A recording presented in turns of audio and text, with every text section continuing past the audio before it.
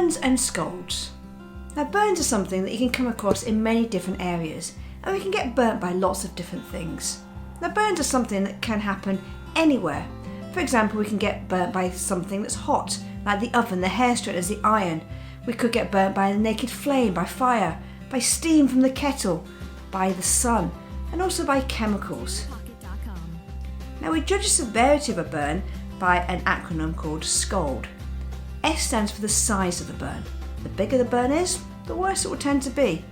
C stands for the cause. So electrical burns tend to be more serious because you have two burn sites to deal with. We'll talk about electricity and electrical burns a bit later on. A stands for age. Older and younger people have thinner skin, and that means the burn is going to be worse. Then we have location. Now if we get burns on our hands, face and feet and genitals, these are important bits of our body that we need to make sure we look after. So if we get burnt there, it's going to be more serious. And also how deep the burn goes. We have what we call a superficial burn, where the outer layers of skin have been burnt and they're kind of discoloured.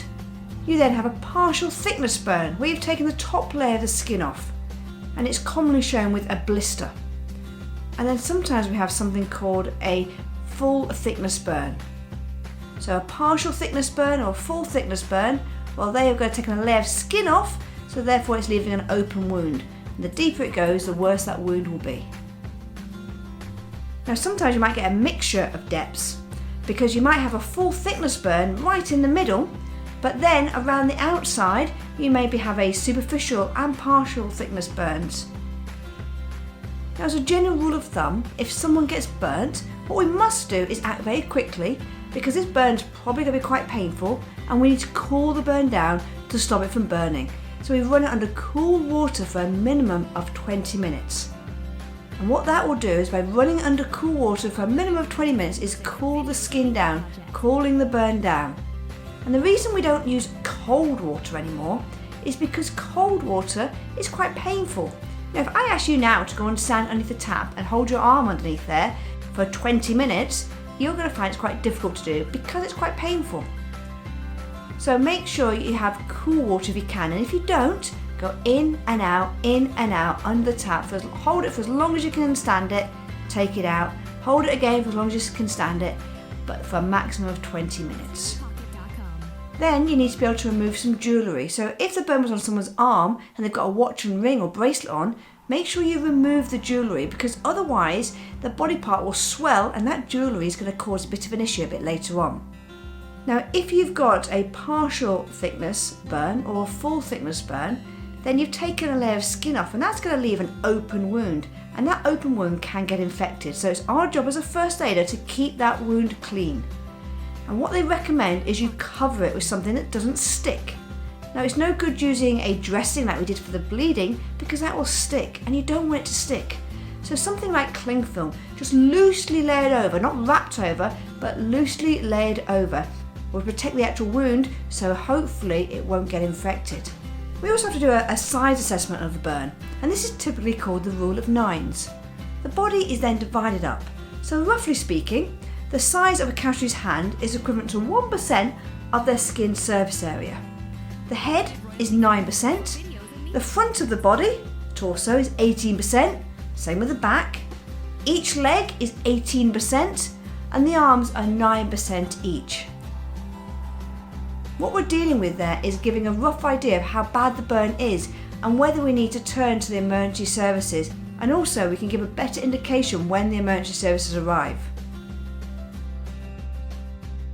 So always remember with a burn to cool the burn down for a minimum of 20 minutes.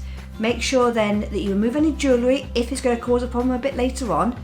Then you're going to cover the burn, especially if you've taken a layer of skin off, because otherwise there's an open wound which could get infected. So you loosely wrap some cling film over, and you should always recommend that anyone that gets burnt on the hands, face, feet and genitals goes to hospital.